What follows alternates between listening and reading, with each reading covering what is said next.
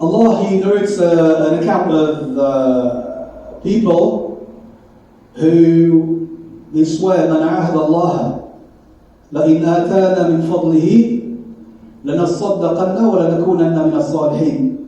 So Allah talks about people who they promise, they make a promise, and they say, if Allah gives me wealth, then I will give it to, I will be a righteous person, I will give it charity, I will give to the poor, the destitute, those who need it, I will donate to the masajids, I will build orphanages. How many times have we heard from ourselves, if only? How many times do we say, if only I was rich, if only I had this, kada wa kada, if only I had such and such, then I would do such and such.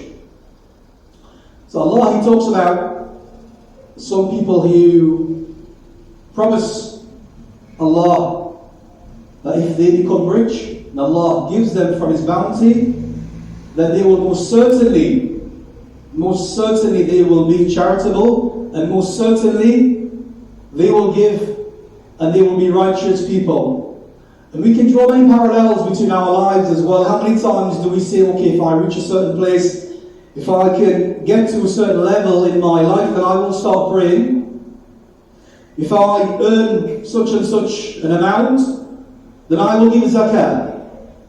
Let me finish my university degree, then I will start praying and I will stop messing about.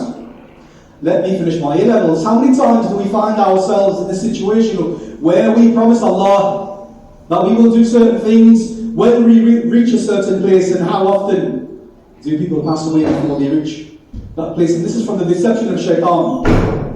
So we have to realize this is from shaitan.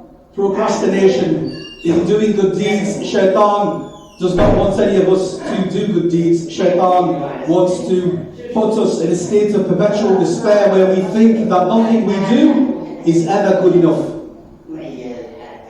So عن أبي أمامة رضي الله عنه أن ثعلبة الأنصارية أتى رسول الله صلى الله عليه وسلم فقال يا رسول الله ادعو الله أن يرزقني مالا.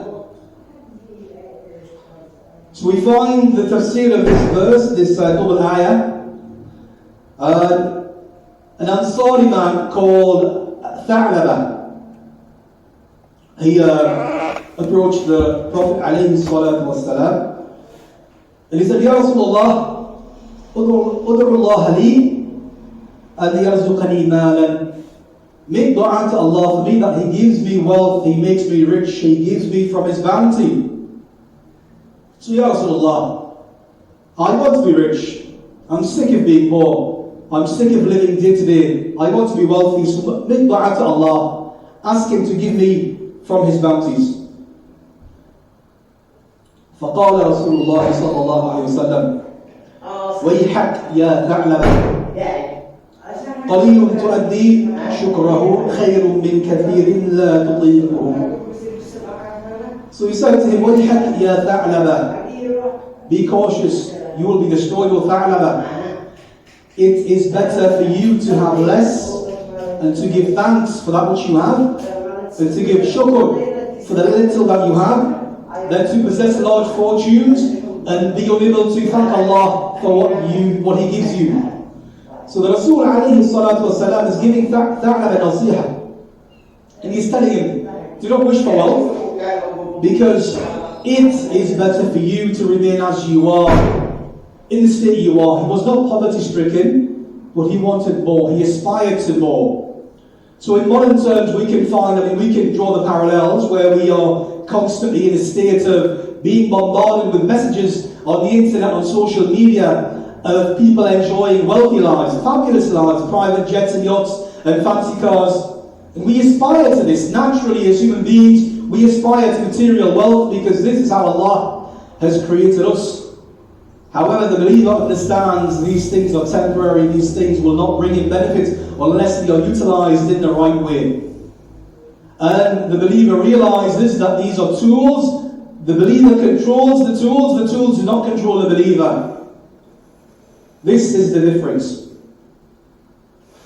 ثم قال صلى الله عليه وسلم مرة أخرى أما ترضى أن تكون مثل نبي الله So the Rasul alayhi salatu wasalam said to Tha'laba, are you not satisfied, Ama tarda? Are you not pleased that you are similar to Rasulullah sallallahu alayhi wasallam? Meaning you are similar to him in your status, not status, in your possessions, in your wealth, that you don't store money, you don't have savings, tens of thousands, hundreds of thousands in the bank. Aren't you satisfied that you have to go out every day and earn doki? Like the Messenger of Allah, aren't you satisfied to be like him? فَوَالَّذِي نَفْسِ بِيَدِهِ لَوْ شِئْتُ أَن تَسِيلَ مَعِيَ الْجِبَالُ ذَهَبًا أَوْ فِضَّةً لَسَأَلْتُ. And he said, Wallahi, I swear that if I ask Allah to give me a mountain of gold or silver, then I would ask and He would give it to me. But it is better for me that I remain as I am, because then I am a slave to Allah, not a slave to my money, not a slave to my possessions. Because if we are not slaves to Allah, we are slaves to something else. We become slaves to our possessions, we become slaves to whatever we devote our time to. فقال Tha'laba, he continues, وَالَّذِي بَعَثَكَ بِالْحَقِّ نَبِيًّا. He said, I swear by the one who sent you with the truth, a prophet, لَإِنْ دَعَوْتَ اللَّهَ أَنْ يَرْزُقَنِي مَالًا لَأُوتَيَنَّ كُلَّ ذِي حَقٍّ حَقَّهُ. He said, I swear by Allah, I swear by the one who sent you with the truth, I swear by the one who sent you as a prophet, that if you make dua to Allah, that He makes me rich and He gives me money, then I will most certainly, Rasulullah, I will give to the poor, I will give to every person his or her right, and I will spend my wealth day and night in the services of Allah Azza wa Jal. And he persists. فقال رسول الله صلى الله عليه وسلم اللهم ارزق ثعلب مالا. So the Rasul alayhi salatu wassalam, he makes dua to Allah. Oh Allah, give Tha'laba wealth, give him mal, Ya Allah. Give him from your bounties, Ya Allah. فاتخذ غنما فنمت كما ينمو الدود فضاقت عليه المدينة فتنحى عنها ونزل واديا من أوديتها. So he took an animal, and by Allah's blessing, this animal, it produced offspring, and it continued to give and give and give until he had so much wealth he could not count how many animals he possessed. فضاقت عليه المدينة. And the city, he could no longer live in the city, because when you have so much livestock, you cannot rear these animals in the city. You have to go outside of the city. You have to go in the villages, in the valleys, where space is in abundance. So he left Medina. He left Medina to Munawwara, and he settled in valleys with his animals. حتى جعل يصلي الظهر والعصر في جماعة ويترك ما سواهما. So Tha'laba becomes busy with his wealth, and then he becomes busy to the extent that he is only able to pray Dhuhr and Asr in Jama'ah. So bear this in mind, before Tha'laba became wealthy, he was praying 5 times a day with Rasulullah sallallahu alayhi wa sallam in the Masjid of Rasulullah. Can you imagine anything more blessed than praying with Rasulullah in Jama'ah? So because of his insistence that he becomes wealthy, Tha'laba became preoccupied by his wealth, and he became distracted, and he had to leave the city of Medina. Look at how Shaitan is leading him astray step by step, until the only prayers he can pray in Jama'ah with Rasulullah are the Dhuhr and the Asr. So he can't pray anything more because he is too busy, he is too far to travel to Medina. It takes time. He's living on the outskirts now. If he jumps in his car, it will take him 30-40 minutes, and by that time he could have earned whatever. So he is prioritizing his money now because he is distracted. ثم نمت وكثر حتى ترك الصلوات إلا الجمعة. And look at the steps Shaitan is taking with Tha'laba, and his wealth continues to grow, so he becomes richer by the day.